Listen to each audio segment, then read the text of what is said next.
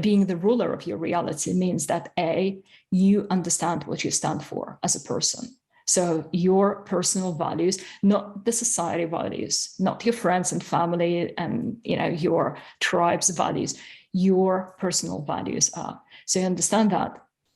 And you have a think of what you need to do and to have, what kind of situations, what kind of circumstances you need to manifest your truth, to grow.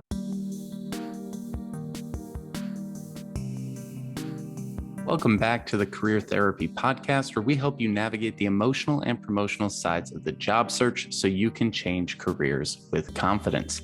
My name is Martin McGovern, founder and lead coach at Career Therapy, and I'm excited to introduce our guest today. Please welcome Jay H Tepley to the podcast. Jay is the author of Unbreakable Entrepreneur. She's an international speaker and is a passionate mental health advocate. She helps entrepreneurs overcome depression through her proven masculine geared system. And Jay has also been featured in The Guardian, The Jeremy Vine Show, and BBC One. Today, we question the current state of the conversation around masculinity, how to avoid falling into the guru trap, and what work is necessary to remove or replace unhealthy images of success with something more individually fulfilling. Thank you for tuning into this episode and supporting our show.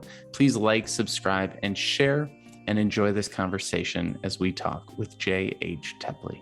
Jay, thanks so much for joining us. To kick things off, yeah, absolutely. And you've done a lot of work in in this world of masculinity and depression and anxiety and all these things that are becoming larger and larger issues in our professional lives and our professional worlds. And I'm kind of curious, just to kick things off, how would you describe the current state of masculinity and mental health in the working world today? Oh, starting with the biggest question, just kicking right into it. Yeah, exactly. Start big. I don't think the current situation is good. In fact, I think it's probably the worst it's ever been. And in my opinion, masculinity in modern society, in the times we live in, is not supported. And my personal feeling is it's actually being attacked and trying. It's almost like there are forces that are trying to eradicate the concept of masculinity from our society altogether. And I don't think it's right. And I also think that guys deserve more support on their journey and more guidance, which is something I don't think they're getting enough. And I don't think they're getting it in the right way either.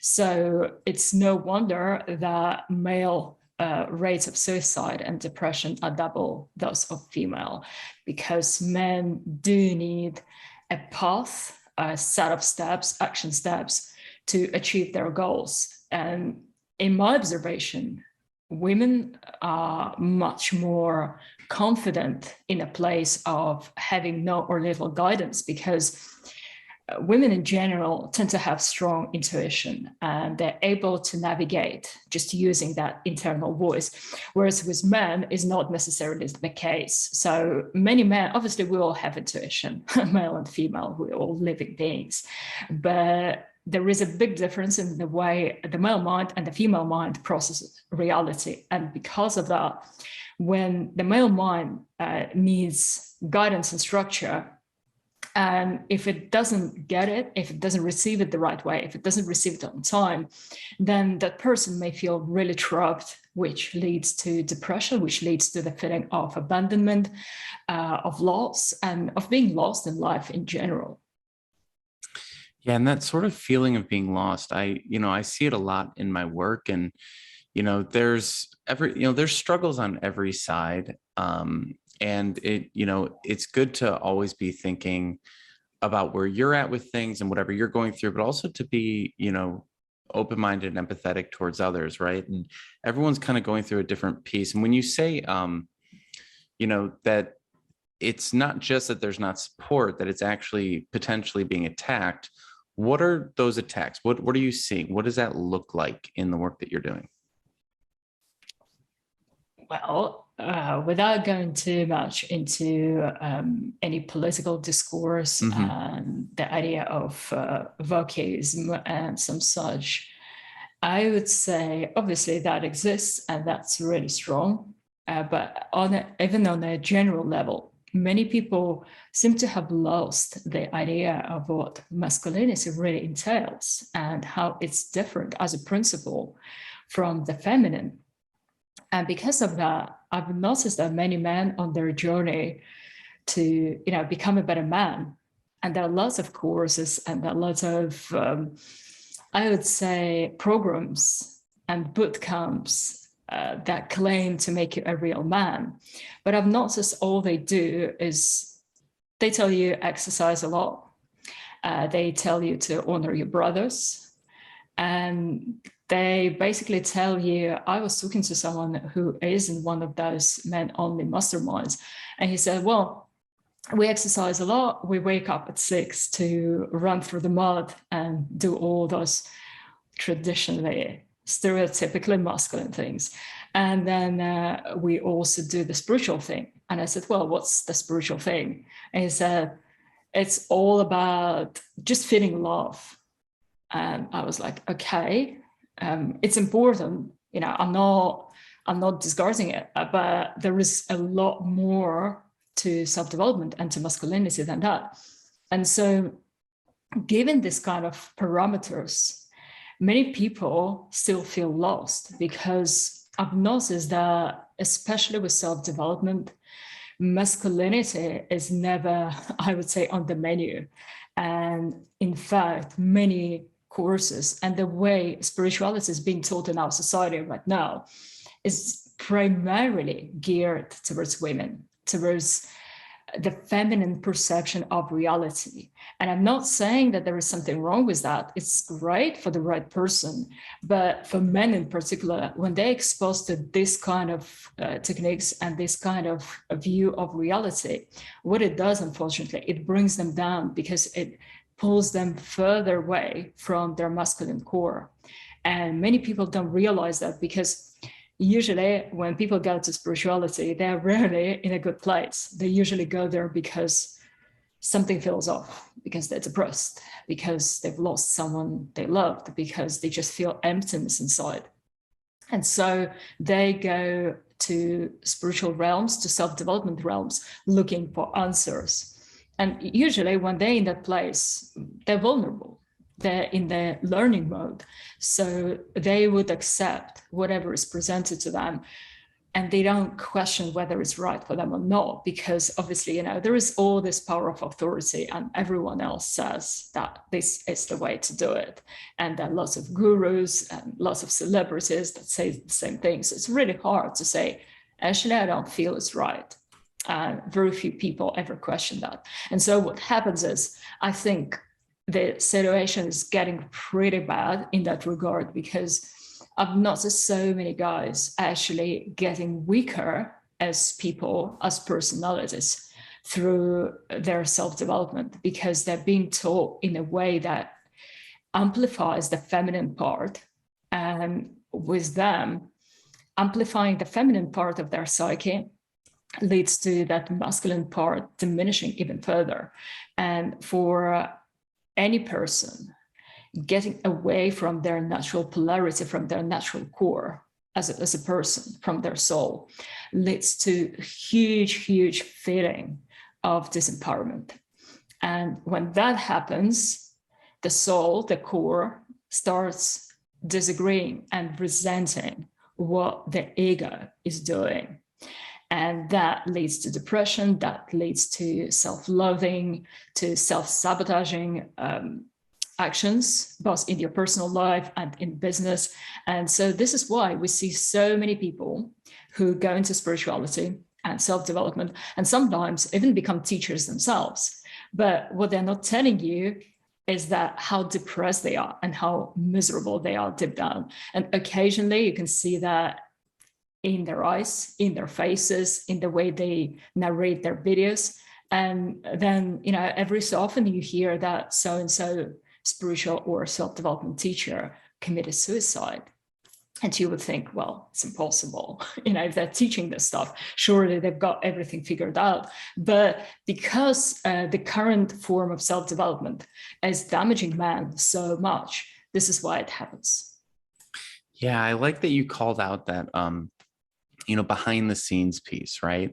And it really, there's so many different levels to this, from the spiritual to the personal development to the social media to all the different pieces together, right? Yeah. And one of the things that you see all the time, and this is almost like a trope almost in the social media space, is super successful people who seem to be crushing it eventually come out with this like video where they're like, and I'm super burnt out and depressed, and I'm so like, I need to take a break, everybody. But like a week and a half prior, they were like, I'm the best person and I'm crushing it and everything is amazing. And it's just like, it's this overemphasizing of like a certain way of being in the world. And that way of being is generally hyper focused around achievement or around image or around identity or any number of different things. And, all of these things can be good to some degree, but when it becomes everything, I think that that's where people get into trouble. And what you're calling out here of these, like, people tend to seek this stuff out when they're in a rough spot, when they're feeling empty, when they're feeling down, and then they latch on to something that seems like an answer. And there's maybe nothing more scary than someone who claims to have the exact right answer, right?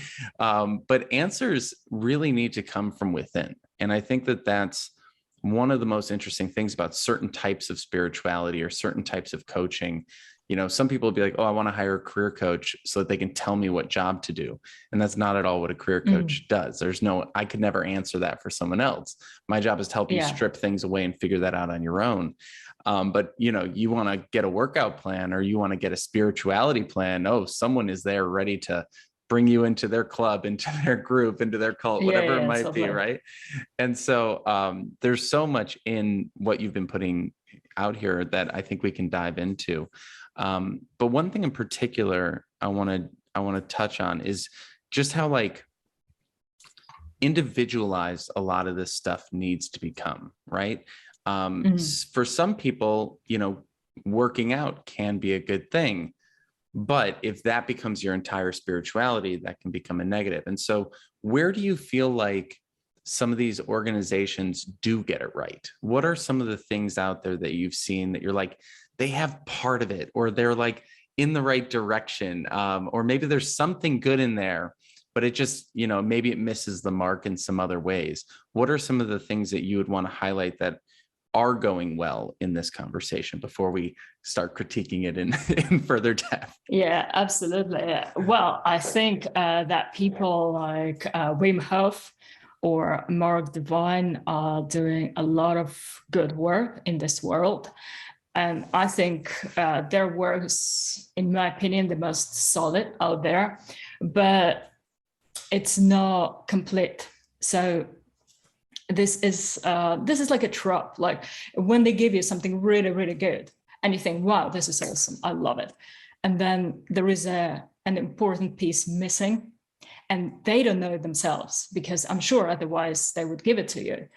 And so, for example, with Mark Divine, you can see, if you look closely at his face, you can notice that there is a lot of sadness and weariness radiating from him, even though he's obviously a very strong guy and an ex-Marine, an ex-Navy SEAL. But when this crucial part is missing, even a really good training suddenly becomes something that traps you. Because if you are led to believe that something is awesome and something is complete and something gives you all the answers, and you absorb it, and especially if you invest a lot of time and money into it, and then suddenly you discover that it's not quite right. Something is not quite right and you can't put a finger on it. And you feel usually that the problem is with you rather than with the system, because everyone, it's something so glorified that everyone says, it's the most amazing thing ever. And so I think doing calisthenics and doing martial arts is super important. Like if you're not doing that, in my opinion, you will have difficulties fully developing as a person on some level. So yes, you can be awesome, you can be really nice, you can be an amazing being to have around, but at the end of the day, there will always be something missing in you, some unlocked, untapped in potential. So I think that's super important to begin with. But at the same time, it's also important to know that our body is only one part of our system. And obviously, it's a very important part. Because if we don't look after our body, if we don't do what we need to do to keep it strong, then we have a much harder time going through life. But at the end of the day, we are not the physical part of us. We are not just physical beings. We are spiritual beings at our core, having this physical experience.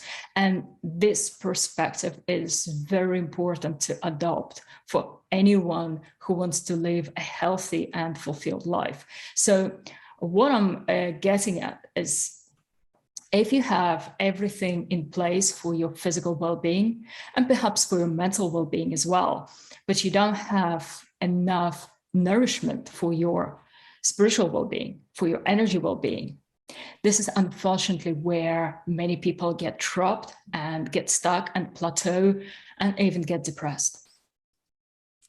Yeah. And I think that there's this really interesting thing that happens when people go out to find a guru, right? they find the one person that is resonating with them at that moment and almost build their entire life around it. And I've seen this happen in various ways with different, guys in my life, or even myself in certain times of my life, where you sort of get hooked on an idea and you want to see it through. So you go really deep into that and you don't see how it affects the full system of your life, right? And so, the weird messages that are out there for men, it's a lot of focus around removing things from your life. So the minimalist movement. Yeah, exactly. And it's like, you don't need things, you don't need people. If they're not serving you, get rid of them. You like no fap, like all the different stuff that's out there. Like all the messages for men, it's like, wake up at 5 a.m., go to the gym, don't need people, don't need any, like, remove all pleasure from life and just make it like your tolerance of pain to be as high as possible. And and remember, you're going to die anytime soon. I know, right? Gary V, what's the one thing that you would tell me? You're gonna die. Oh, fun. Picture your parents, picture your entire family getting shot in the face. Like these really aggressive messages that, again, there's always some kernel of something to be gleaned or learned from all of these different things. And I guess maybe one of the things that I've learned over the years is like, it's important to find an idea, or it's important to maybe cultivate a suite of ideas, like many different perspectives, and try and pull the best from each rather than just putting all your eggs into a single basket, right? I love that. Yeah. If maybe Tim Ferriss is maybe an older reference, but like if you love Tim Ferriss, that's great. But try and find people that are not like Tim Ferriss and learn from them as well, versus just the 20 Tim Ferriss clones that make your entire life that one thing, right? And so when you're sort of breaking it down as this, physical, mental, spiritual, right? Let's break it down into those three different areas. They shouldn't all be coming from the same person, right? We should be getting a little bit from column A, a little bit from column B, a little bit from column C.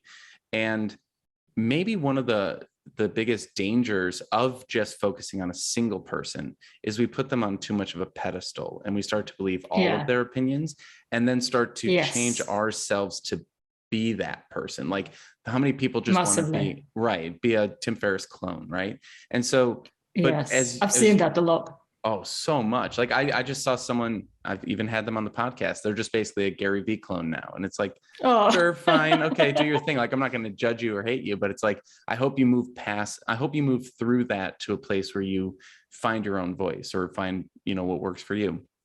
And I think one of the things that we had talked about previously was this idea of cognitive dissonance, where if you put a certain version of like what you hope to be, or maybe even not even what you hope to be, but put someone else on a pedestal and say, I'm going to try and be them. It creates this cognitive dissonance between who you actually are and who you think you should be. And, this idea Absolutely. of should comes up a lot in these conversations.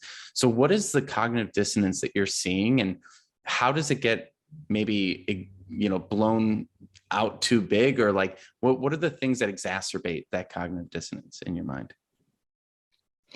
Right. Well, I would like to start from a story that is something from my personal experience. So many years ago, I used to have a student who learned from me, and then he went off to become a spiritual teacher in his own right and started having his own students. Some of them I knew. And the funniest thing and the saddest thing in the world was, I remember seeing those students when they just signed up. And I remember seeing them, say, half a year or a year later after training with him. And they all started looking like his literal clones. It was like a war of clones. Suddenly, they started dressing like him. They started wearing the same kind of beads around the neck. They started even having the same kind of beard that he had. And it was extremely weird to see him surrounded by shorter and taller versions of himself. Goodness. It was surreal. I remember it's just something, something you never expect until you actually see it. And so with my students, I always warn them against that. And I think one of the responsibilities of a true teacher is to recognize everyone else's unique gift and unique path, and do your best to lead them towards that path on their own terms. So you're not imposing on them your own agenda, your own structure, your own ideas. You present them with the tools that they can use themselves to unlock that potential and that greatness within. And I think this is what is really missing in many of those spiritual schools, because just as you said, they bring their students to a point where they feel they're not good enough, and therefore they should clone and copy that teacher, that leader, that guru that they admire.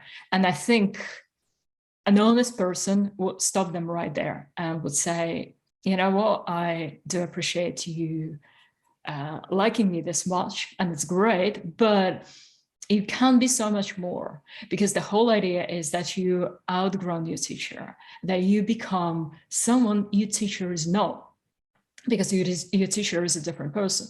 So obviously what you can become, he or she would never be. And that is the whole point of self-development. And in the instances where it doesn't happen, again, depression kicks in, because at the end of the day, in many cases, depression is ultimately a kind of mental inflammation, where one part of the mind, which is the conscious mind, the ego, always chasing the bling, always chasing social approval, always chasing whatever is the coolest thing right now, with your core, with your soul, that knows the truth, that wants you to develop on your terms, and which feels frustrated and angry that it's not being heard. And so these two parts, the conscious and the subconscious part of your mind, if they start a war, this is where people's lives can get really miserable. This is because if you have this internal war going on, well, firstly, your energy will go straight down. So your energy level will be really low because of that internal war sapping away all the energy from your system. So what you could have spent on your business, on your relationships, going with friends, talking to your team, and so forth, now all of that energy is being consumed on that battle within your mind, because obviously the soul wants to do its thing, and the conscious mind tries to suppress and bully that part. And I believe that it's avoidable, it's unnecessary. And if only people knew, especially, as I said, especially it concerns guys, because many women, although obviously women also get depressed, but many women have hidden intuitive ways of getting back on track. And with men, it's much easier for them if they have an actual action plan and a set of steps to get somewhere, some rite of passage of a kind. This is what we're missing in our society. So yes, I believe that a spiritual teacher or any teacher of self-development should focus on developing the unique gifts of their pupils and try to encourage them to discover their own greatness and cultivate it, instead of being a second best copy of someone else. Yeah, I really like that you talked about outgrowing your teacher, right? And I think that that's such an important piece. And not outgrowing meaning be them and then do more than them. It's outgrowing by not needing them anymore because you have the tools to figure it out on your own. Like I always say in my coaching, of course, success, because I'm a career coach, is that you either get a job or quit your job or start your little business or whatever the thing is, like whatever your goal is the goal. But really my goal at the end of the day is for you to not need me. And that I think is like something that a lot of gurus don't live by. They're like, no, you need me until you're dead. Like you need to keep coming back to me for a lifetime, because you'll never be complete. You'll never be whole. You'll never be perfect. And to be honest, if you're doing these things, if you're creating that cognitive dissonance, if you're starting a war between your conscious and subconscious states, you are going to always need to be following someone or be getting advice from someone. Like you'll never be able to just lay back and trust yourself. And I think that absolutely dependency, 100%. Like, and that's they sound like the big pharma. Yes. Oh my God. That's such a great analogy, right? Like we don't want to cure the disease. We want to just treat it forever. And I think part of that is this achievement piece, right? And that's a huge message in the male space. To your point, it's like having a roadmap and a plan to get somewhere. It's like, once you get a 6-pack, then you can start dating. Once you get, money, then you'll be like, but that marker is always moving. And if you really think about it, it's like, okay, let's say today, I'm in my early to mid 30s. I decide I'm going to get on that wheel to like get into incredible shape. And I go sign up for all the different, hundreds of different websites that are out there for me to go get into crazy good shape. Eventually, let's say by the time I turn 40, I'm in incredible shape. But now I'm 40 and my testosterone levels change. And then now it's okay. Now you got to seek out the replacement therapies, and then you got to and then you're just fighting against age at that point. And there's never a time where you can just be yourself and like get off that wheel. Right. And I think that the same thing happens with career. It's like, there's always another job. There's always another business to start. There's always another dollar to make. And it kind of prevents people from slowing down and asking themselves, do I even want these things? Is this really what I care about at the end of the day? And I like how you put it, your conscious mind is bullying you. Like a lot of these, it does. Yeah, these things are set up to do that. It's like, if you don't get out of bed every morning, excited to take on the day with Jocko, like you're just not doing it right. You're wrong. You're failing. And then, if you're not taking cold showers, which again, someone told me to take cold showers, and I'm like, I've taken them. They don't do anything for me. I don't know what the whole big deal is with these cold showers, but like certain things are great. And like, if they work for you, they work for you. But I also find it so funny how everyone's solution to every problem is you should meditate more, or you should eat better. That's true, though. Right. That's true. Like, it doesn't even matter. More, yeah. It's like, just meditate more. I'm like, yeah, well, sometimes meditation brings up some heavy trauma. Maybe you need to go to therapy, or like, maybe you need, who knows? Maybe you need friends. Like maybe that's what you're missing. And so sometimes these like ambitions can actually hurt friendships or hurt things if you're not doing them in a proper way. I remember when I very early on heard this phrase that you're the average of the 5 people you spend the most time with. Yeah. It was incredibly helpful in some respects, because a lot of people I was hanging out with at the time were just, maybe heavy drinkers and like didn't have a whole lot going on. And it was good to push myself into better spaces with more ambitious people. But then I surrounded myself with people that were so entrepreneurially focused and ambitious that like they never slept and they were all on Adderall and they were all like doing all this other stuff. And I'm just like, well, that's not healthy either. So then you're like constantly bouncing between these groups until hopefully eventually you get to a point where you can take a break.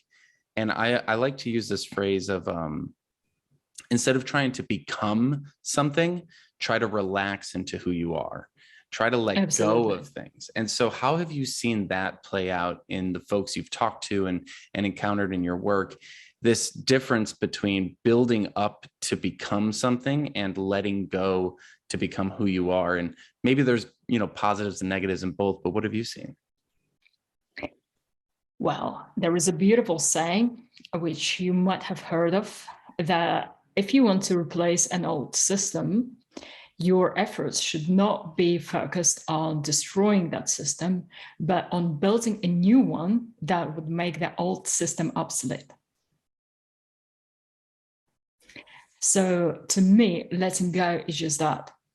If you outgrow what you currently are and you evolve into a form, into a state where you have very different priorities and very different outlook on the world and a very different conception of a concept of reality, what will happen is that those things that you're struggling with right now may just fall off by themselves.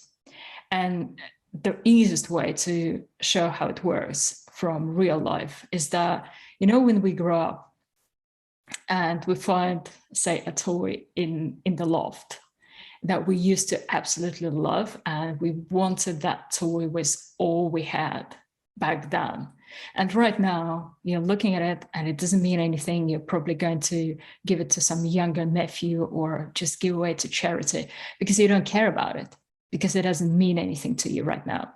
And this is not because you've been working really hard and literally tearing yourself apart to let go. No, you didn't. You just evolved into a person who this toy or this kind of games or whatever else you treasured in your childhood is just not relevant anymore. And I think this is the most powerful way of doing it, because every time someone tries to take away from their life or their experience something that they really value at the time, I don't believe it really works. And this is because, well, firstly, imagine if you absolutely love ice cream, like you can't live without ice cream. It's the best thing ever. And then you listen to all the gurus and they say, well, you know, you're never going to get ripped if you eat ice cream. You just have to cut it out. That's it. But this is like the best thing you love, your like your best food ever. And now imagine if you do try to do that, right?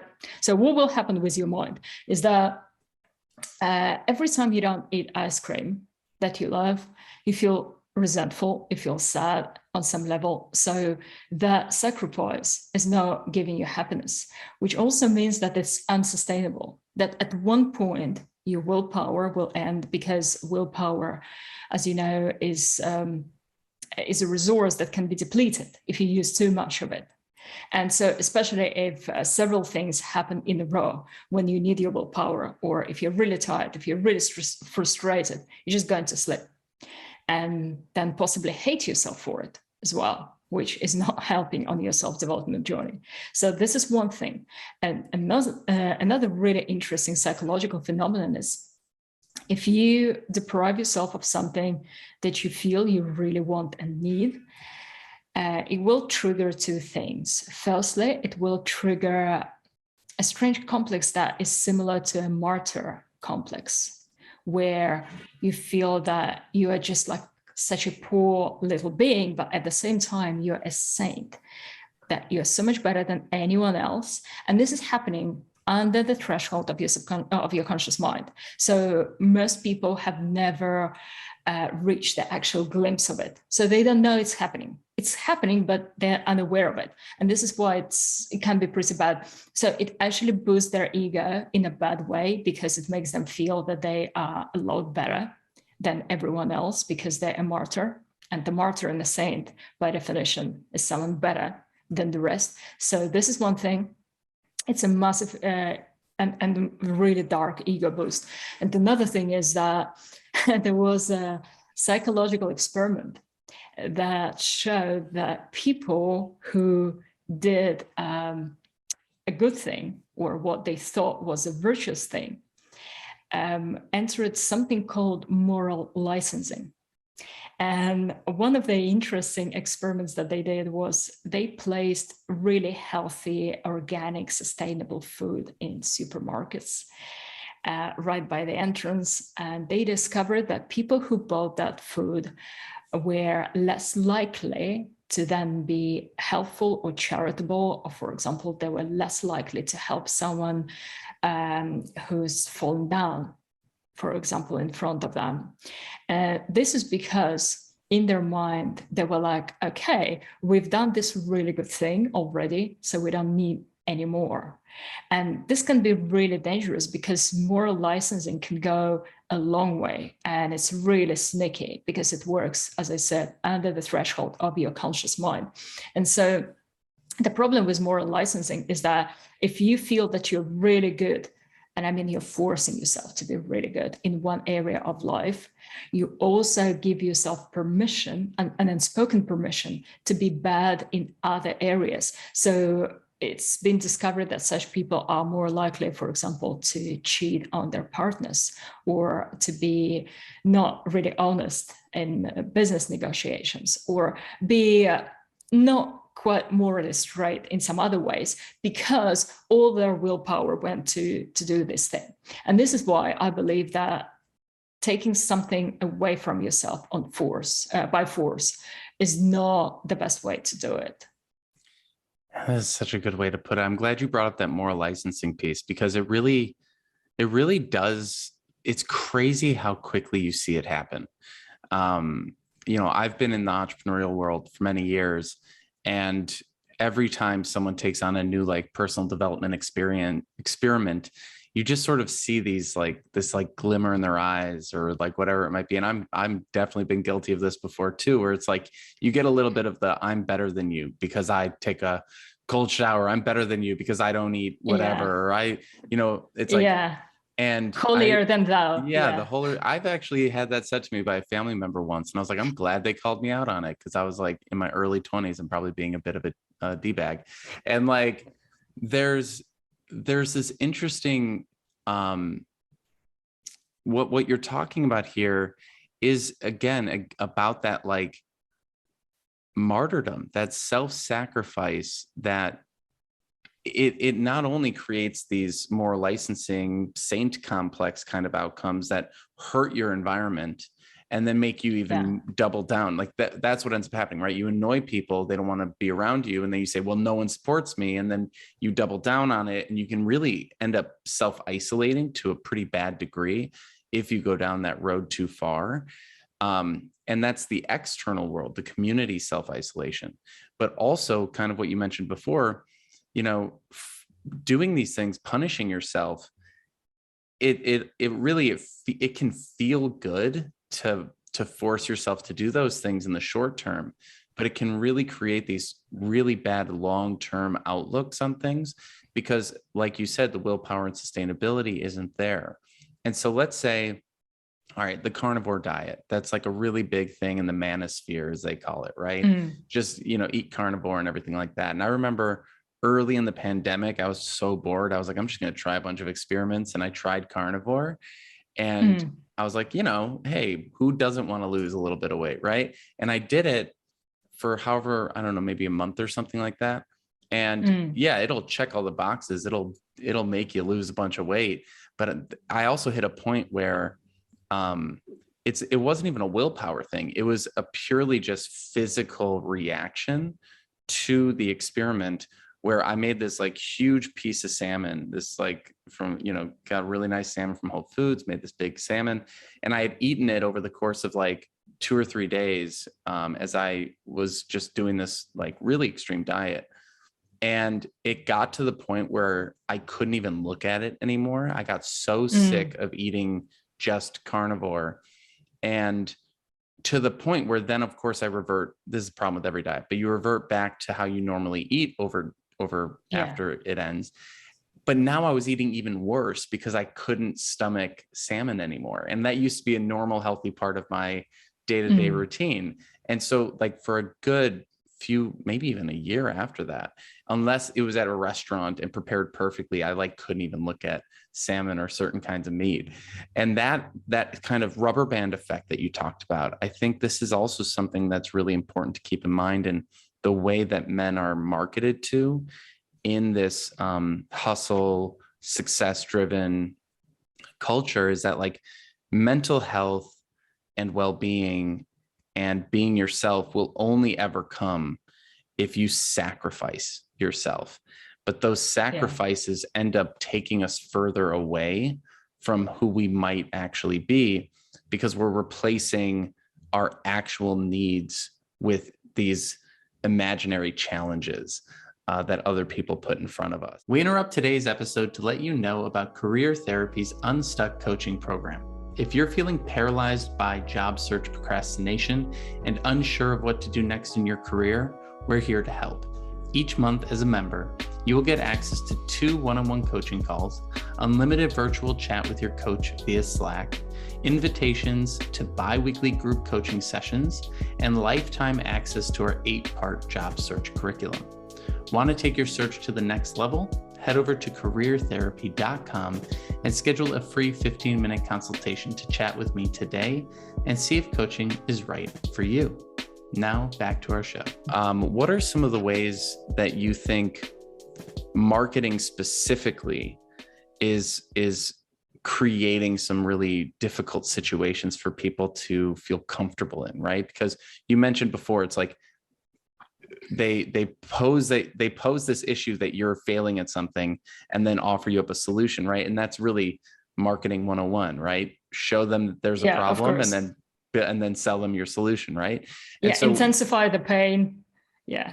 So how are you seeing the pain be intensified? Like, what are the messages or what are the conversations that are intensifying that pain? Because maybe someone wasn't feeling something, but then they got stuck in a YouTube rabbit hole, and now all of a sudden they feel like they need to go do something crazy, right? What are some of the things that you're seeing, some of the messages or tactics that we can be aware of and hopefully protect ourselves from?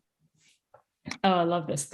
I love this question, and I love the YouTube rabbit hole expression. So I would say one of the main buttons that they press is, well, are you feeling man enough? Are you feeling good enough? And obviously, over 90% of people will say, I actually don't feel quite enough. I don't feel like I've accomplished, like I'm rooted in my polarity, in my masculinity, that I feel confident as a man. And most guys would deep down say, actually, no, I don't. And if someone says, well, in that case, I've got a solution just for you. For only $999 a month, you can, and then a bullet point list, okay? So that is one of the main hooks. And the thing is, it's actually true on one side. This is because, as I said, if we try to live as purely physical beings and treat our spiritual development as a fancy add-on, this is unfortunately what happens, because the way we've been designed, created, is that we need to have all these things in balance. So our spiritual part and our physical part, they need to be not just equal, but more like your right and your left hand, or your right and your left leg. And imagine in a situation where, say, you had a perfectly healthy body, but for whatever reason, there was a common consensus in society that you only use the left part of your body. You never use the right. It's just something you never do. And imagine how much more difficult it would be for you to get through the day if you were only to use the right or the left part of your body. And so if you are being forced to live in a place like that, in a state like that, normally you would feel really bad about it, and you would feel that something is wrong, and you would feel that you're capable of more, of course, right? But with your physical body, is obviously really ridiculous to think about it, and it's really obvious, really easy to understand. But when it happens with our spiritual nature, unfortunately, as we grow up, most children have this ability, but as we grow up, we lose touch with the energy, with the spiritual part of our being. And even worse than that, there is a huge group of people that see that as a woo-woo, as something weird, as something we shouldn't even look into. And this is just as natural part of us as our physical body is. And because most people feel disconnected from their true core, they feel not good enough. And unfortunately, it's a natural consequence. Like you can use gimmicks, you can use affirmations, you can use all kinds of self-delusions to mask it and cover it up for a while, and they inevitably slip. So every mask that you create will crack at some point. Every self-delusion will fall apart at some point, unfortunately, because they are not true, they're not sustainable. And if, let's say, we are in a very pressing, very stressful situation, quite often people think that we are our mask. And so their expectations and demands of us are based on what we're trying to sell to them. And quite often, this is where disillusionment and disappointment comes from, because you imagine that someone is their mask when they're not. And so you expect certain things from them. And then when something happens, suddenly you see the real person behind the mask. And that real person is usually not what you expect. And it's usually what not they expect themselves. And quite often it comes as a shock to the system. So to put it briefly, is that if we don't connect our spiritual side, and I don't actually like this word because it does sound a bit hippish, and I'm aware of it. I wish we had a better term for it, honestly. But if we don't integrate our metaphysical part with our physical part, we'll always feel like something is missing. We'll always be like, we're not good enough, we are not self-realized enough. And unfortunately, that is the place where other people can take advantage of you, because there will be someone always coming, sometimes with good intentions to help out, sometimes with the intentions to sell you on something and make profit. But if you are in that place of uncertainty, if you don't stand with both your feet on the ground, if you're not rooted in your reality, if you're not the king and the ruler of your personal reality, there will always be someone who will come along and say, hey, you know what? Live your life my way and you will be happy. And sometimes it can lead to tragic consequences. Yeah. I'm so glad you brought up the mask analogy. And, you know, you've talked about depression here as well. And there's an interesting video I saw with Jim Carrey talking about like masks and depression and all that kind of stuff. And, you know, I mean, Jim Carrey has a lot of good and bad to him. But there were some really good points that he made about, you know, he sort of phrased depression as like, you need deep rest from this character that you're playing.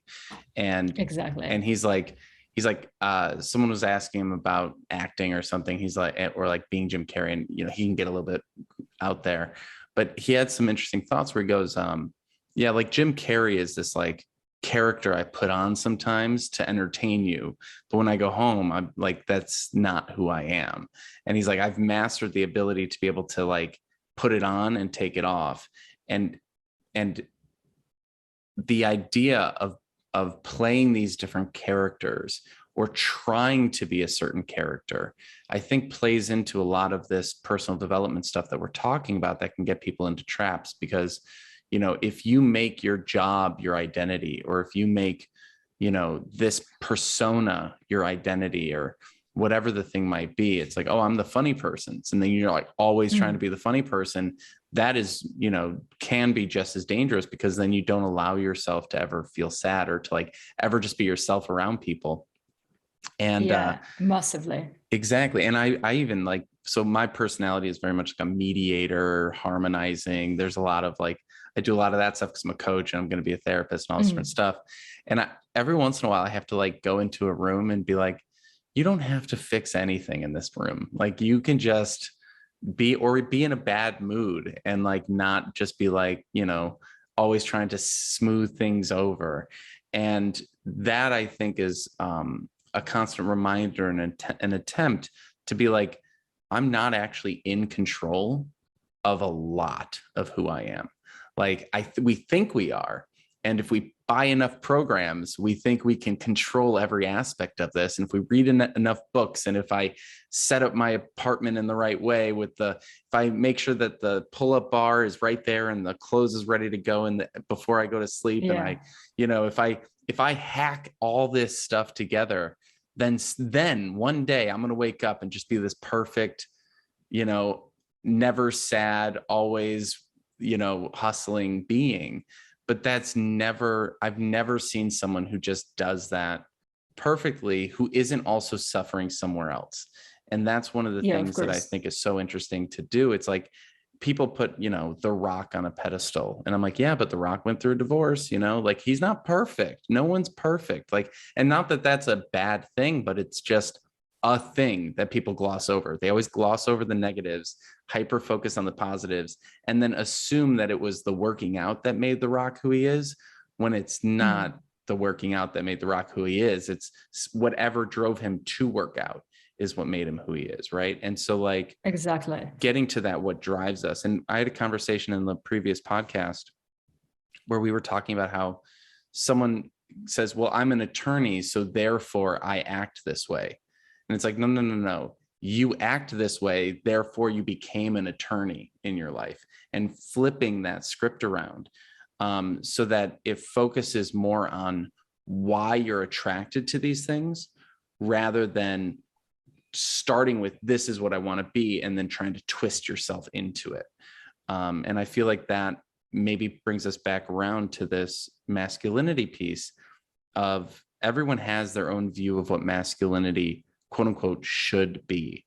And there's like mainstream narratives and there's political narratives and there's all this stuff that, we don't want to necessarily go down those roads.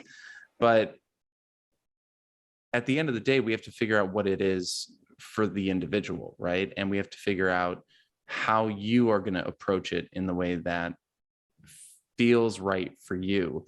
And I'm kind of curious, as you've been doing this work and you've seen people come to terms with themselves, let's say, what has that looked like? What does it finally look like when we put down the social media and we put down the images and we put down this chase?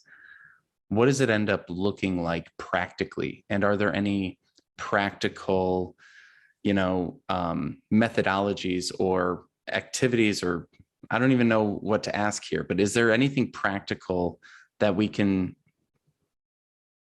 lean on here that takes us away from all of this sort of hyped up hyper reality that's out there? Luckily, yes. So that's the good news. Yeah, love your question. And the answer is luckily, yes. There are ways and there are steps and there are techniques that can help you get there. And I would say the main point to start from, the foundation, is to actually get to understand the core of the masculine principle. So never mind what the propaganda says, never mind what the social paradigm says, that is pretty much irrelevant. There are certain universal principles that our world is based upon. And what we need to understand, or what would be really helpful for us to understand, is that the feminine and the masculine principle are reflections of the actual forces in the universe, namely the magnetic and the electric pole. Okay, so we have with electricity, the electric and the magnetic, and this is how current flows. As you know, the difference in the potentials make it flow. And just like that, the difference between the masculine and the feminine principle, the yin and yang, makes the energy in the universe flow, meaning that creates life. So the interplay of those polarities creates the universe as we know it. And this is super important. Now, there is a fundamental difference in the way those two polarities, those two principles represent themselves. So the main underlying principle that everyone should know who wants to really develop their masculinity is that the fundamental difference from the feminine principle is that the masculine principle goes forward and creates its reality, and the feminine principle adjusts and adopts what is already there. What I want the guys to know is that them being true to their polarity means that they have to step up and assume responsibility for their reality, not for how their life unfolds. And I'm going to explain this in a bit because it's a really important distinction. You have to become the ruler, the king of your reality. And it's super, super important. If you really think that you become happy by surrendering, and that's like the worst, the most toxic concept out there. And I know that people copy it like parrots from one another because some famous guru said that. But that is extremely, extremely bad. Because if you surrender, it means that you're defeated in your mind. This is how your subconscious works. Your subconscious does not understand subtleties. So if you surrender, it means that you are the victim, that you have been defeated. That's it. And no beautiful, fancy, fluffy unicorn dust spiritual overlays are going to convince your subconscious that it's not so, which also means that it pulls you further away from where you should be, which is, as I said, the ruler of your reality. Now, what does it mean? It does not mean the almost hysterical need of the ego to control everything. You know how the ego is always super anxious to keep everything under control. And most people don't know why. They're just like, oh, this is what the ego does. But the ego does it for a reason, actually.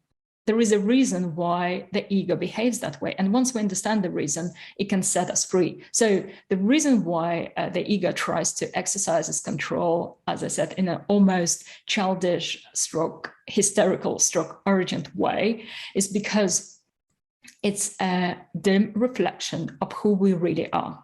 So our true core, our true nature. Most people don't understand that the ego is simply an interface of the true self, of who we are, and this reality. This is because as our true selves, we would have a really hard time, and I mean a really hard time, interacting with other people, paying your bills, even doing shopping. And some of my students actually who reached that point of being their true self were like, how do I live now? Because I don't, like, I'm just consciousness. How do I even go do my shopping or meet friends if I'm consciousness? And I said, this is exactly what you use your ego for. So your ego does not stops being some kind of an enemy that sabotages your life, but instead becomes a tool, as I said, an interface that acts as a bridge between that immense, powerful, infinite, immortal being that you truly are, and this mundane reality. So this is something actually like a funnel that allows you to channel your true self into this world. So in most people, unfortunately, well, at present time anyway, that true consciousness is asleep. It's there, but it's dormant. And because of that, there is no driving force behind the ego. So instead of acting as an interface, it acts as a master. It acts as a driver of the car. Because if the driver is asleep, imagine you're driving a Tesla car, you fall unconscious, and then the car is driving itself. But the car is not the same as you, and it can't substitute your skills. And so, as you can imagine, there would be situations where, as good as that self-navigating system is, there are certain things that it's not equipped to deal with, and it can't cope, and it can't crush. So this is where those problems with ego arise. So for example, if someone's consciousness is asleep, They're not there. It's just their ego, their story of self that's running the show. It's still trying to emulate the true self. So it's trying to copy, like a child would copy an adult. It's trying to copy the true self the best it can, but it fails because it's not your true essence. And so the really panicky way of control that the ego displays is a faint reflection of your true power and how you truly should be crafting your reality. So now we came to the point where I'm going to explain how and why it's so important to craft your reality. If you're not in charge of your life, someone else will be. And if you're not in charge of your emotions and your thoughts, again, someone else will be. Your friends, your peers, the society, the media, whoever else. And it can be really sneaky. So you may not be even aware that your thoughts and decisions are not coming from you. So being the ruler of your reality means that you understand what you stand for as a person. So your personal values, not the society values, not your friends and family and your tribe's values, your personal values are. So you understand that. And you have a think of what you need to do and to have, what kind of situations, what kind of circumstances you need to manifest your truth, to grow to the best of your ability. So you imagine those circumstances, those situations, those people, and you go and seek them out. For example, if you think, okay, so let's say I want to be better in business, or I want to be more charismatic. So what do? You go and connect with the people who are more charismatic, the people who can teach you. So you get that next step in your evolution, and then you can look at the next step and the next step. But at the same time, you control what you feel and what you think, not in the way that the ego would have it. It's like, oh, you have to have a total control. You have to be like a robot. Everything should be put in shelves and boxes and categorized. No, not like that. You need to understand who you are as a human being in terms of what thoughts and emotions run your life currently. This is your first step. So the technique that I recommend to people to begin with is to choose a quiet moment throughout the day. And it's best done, say, 5 times a day. You only need less than a minute. So you can do it even if you're really busy. If you're super busy, just do it 3 times a day. And all you need to do is to find a quiet place for that moment or two. Slow down your breathing just a little bit. So you're not suffocating, you're not struggling yourself. Slow down your breathing just a little bit. And then ask yourself, what is it that you are feeling in this very moment? And what you're thinking, and approach it with an attitude of a scientist or a researcher. So you're not judging. It's like, oh yeah, I mustn't be feeling so sad. That's so bad. No. It's not worthy of me. Don't put any judgment on what you're feeling and what you're experiencing in that moment. Simply write the label. So if you were a scientist, a researcher of your own mind, so you come with a notepad and go, okay, so I'm sad, frustrated, or happy, elated, excited, and write them down mentally. And then have a think of what are the dominant emotions in your life. What are the most prevalent thoughts that you have during the day? And again, simply notice them at that stage. And if you do it regularly, what you will notice, you will discover the thoughts and the emotions that literally run your life. And from that point, you can then decide whether or not they serve you to manifest your goals, to manifest your growth as a person, to be where you want to be. So you will have a much clearer view of whether or not they're supporting you. And if you discover that they're not supporting you, choose which ones you would like to replace them with. So for example, think, okay, when I'm angry, it doesn't support me. Because if I'm angry with someone, I then break the relationship. I say things that I later regret, and I just can't concentrate for a while after that. And you think, okay, so I've got this energy of anger at my disposal. How can I use it to further my goals? And the easiest way to do it, for example, is through exercise. So you can excuse yourself if you can, remove yourself from the situation, go and do some push-ups, go and do some pull-ups. And usually you may not be motivated to do it, but when you're angry, it becomes super, super easy because you're pumped, right? Or you can go and finish that project that you've been putting off for a while. So use that energy for something else. Don't suppress it, don't negate it, but instead channel it into something that would further you on that path to your evolution and achieving your goals and your success. So this is your first step towards becoming the ruler of your reality. Very cool. And so the two things that I just want to call out from what you said there that I think are just really good to drive home. Number one, approach your life like a scientist with curiosity rather than as a dictator with a whip. And to replace things rather than removing or suppressing things that you don't want in your life. Because I think going back to what we talked about with the ice cream example, if you just remove the ice cream, it might give you that moral superiority in that sense that you're moving forward, but it's a negation of who you are rather than maybe replacing it with a better ice cream, I don't know, or a different treat that maybe is more sustainable over time. And, I know we're at the end here. So if folks are really interested in what you've been talking about and want to learn more, Jay, where can they find out more about your work and what you're doing? The best place is to connect with me through social media. And I do have a website, which is the Unbreakable.one. But if you Google me, my name, Jay H Tepley, or you Google the Unbreakable Entrepreneur, you will find my YouTube, you will find my Facebook, and specifically you will find my group on Telegram, where I share content which I don't share anywhere else. And we have some really interesting discussions there. And you can interact with me and other students in real time as well. So I would say, and the easiest way to find my Telegram group is at the back of my books.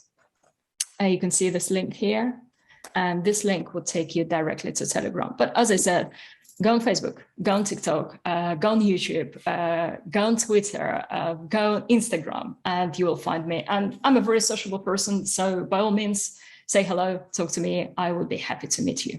Very cool. And we'll have all those links in the description for everyone. And Jay, thank you so much for your time today. Thank you for having me on the show. It's been a pleasure.